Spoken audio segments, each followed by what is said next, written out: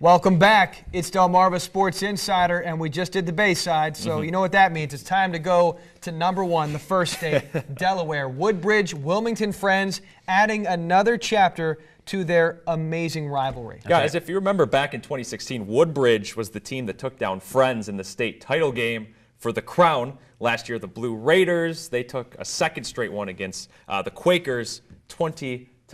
So Wilmington Friends with some revenge on their minds, and at half they lead 21-14, but in the fourth quarter on 4th and 17, put the shoulder down. Brock Keeler, he ties it up on the pass from Troy Haynes. Let me repeat, that was 4th and 17, and they decided to go for 6, so they tie it up, and Friends, they'd be driving, and they'd try on 4th down themselves. Wyatt Nelson misses Quentin McCabe, so the Blue Raiders take back over.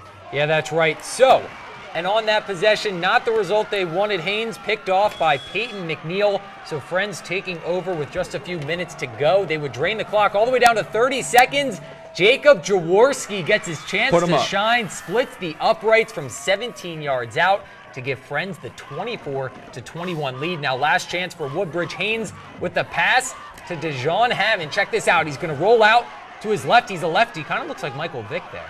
Just a little bit. Woodbridge rolls, plants his feet and squares, but time would run out. Check out this play. Nice play by the Quakers. They hand Woodbridge their second consecutive loss, 24-21.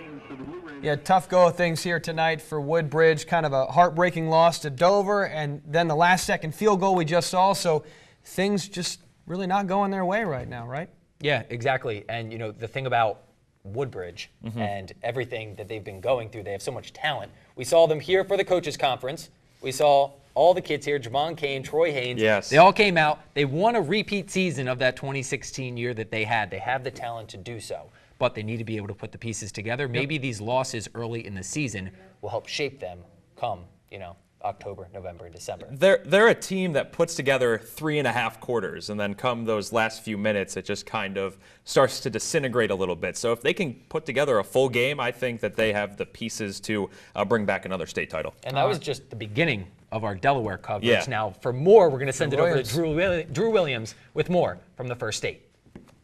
Thanks, guys. Let's start things out in Georgetown with Sussex Tech. The Ravens hosting Mount Pleasant, looking to bounce back from a tough loss last week. And the first drive for Pleasant, and the snap hits the motion man. Fumble on the play, and Tech recovers, but their drive would end up eventually stalling on that play. Green Knights with the ball back, and quarterback Zach Wallen is going to scramble his way out of the pocket, buying himself plenty of time, and he hits James Collins on the comeback route. He takes it 50 yards all the way to the end zone. Look at that, breaking through tackles, getting all the way to the end zone. But hold out, flag on the play. Illegal pass forward causing a loss of 3rd down, so the Knights are forced to punt on the play, and Tech takes full advantage of it. Quarterback Chase Snyder rolls out to the right and hits a wide open Grant Lammers in the back of the end zone to open up the scoring in this one. And then next Raven drive, they really would start to pour things on. Michael Norsworthy, Jeff knows all about him, gets it up the gut, breaks a couple of tackles, and it's off to the races. He takes it 65 yards to the house. Tech avenges that loss, and they roll to this one 47-6. And Seaford looking for their first win of the season, hosting St. Andrews. This kid was a beast all night long. Leroy McLaughlin bounces outside for the 12-yard score. Seaford goes up 6-0 early in the first, and the Blue Jays would add another one before the end of the first quarter. Raymond Brady forces the issue up the middle. He scores from 3 yards out, and Seaford dominating once they had the lead. Preston Chambers, reading the QB, comes down with the interception in the corner of the end zone. How about Brady one more time? This time in the first half, Seaford picks up their first win of the season, the final 46-28. And down in Princess Anne, a Delaware-Maryland crossover between Washington and Princess Anne. Dalton Purdue hits Bryson Sanders for 6. And then Jameer Towson couldn't be taken down on the night. 3 touchdowns in the first quarter to put the Bulldogs up 29-0. Jags, they'd get on the board, though. Riley Horner on the slant to Nate Lowe makes it 29-7, but just too much laurel in this one. Robert Malone goes 37 yards in the ensuing possession. Bulldogs cruise over Washington at 78, yes, 78-28. And guys, back to you at the desk for some more of those scores.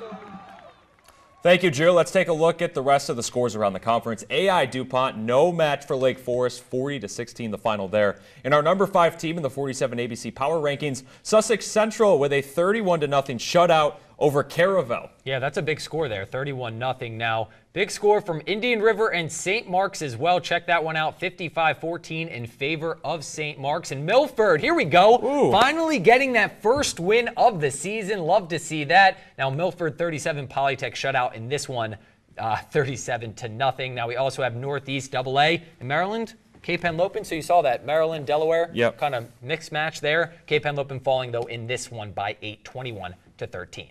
All right, guys, we've got the scores, we've got the highlights. What's the big takeaway tonight from Delaware? I really think, one, Laurel, 78 points. Yes, they are playing Washington, but to have an offensive outpouring like that, a huge point of emphasis moving forward. You know, you get the legs underneath you. We've talked about Woodbridge, and I just think if they, like I said, can put together a full game, they have the pieces to make another state title run. Obviously this is not a bias because he was on after the whistle this week, but Michael Norsworthy having himself a game. Actually, just spoke with him and, quote, "We came out a little slow, but picked it right up. I give it all to my line for me having a great game tonight." They bounced back from a loss, 17 carries, 213 yards, and 2 scores for Norsworthy. He told me that he wants to have 21 yards on the season this year, including the playoffs. Certainly, he's on track to have that. So Sussex Tech, big game tonight. And I'm also being told that Will Argo, their offensive lineman, punted for 60 yards. Now, I need a fact check on that, but that's also pretty impressive if that's true. Not bad at all. And guys, we have so much more later on in the show. We're going to reveal our finalists for Player of the Week, and of course, we can't forget about our top 5 plays of the night. Those are coming up a little bit. Yeah, and don't forget about the news, right? If you're in the mood for some good old-fashioned music, fiddlers from all over the country are heading to Berlin for their annual convention. One you won't want to miss. My name is Will Argo. I play offensive guard for Sussex Tech, and you're watching Delmarva Sports Insider.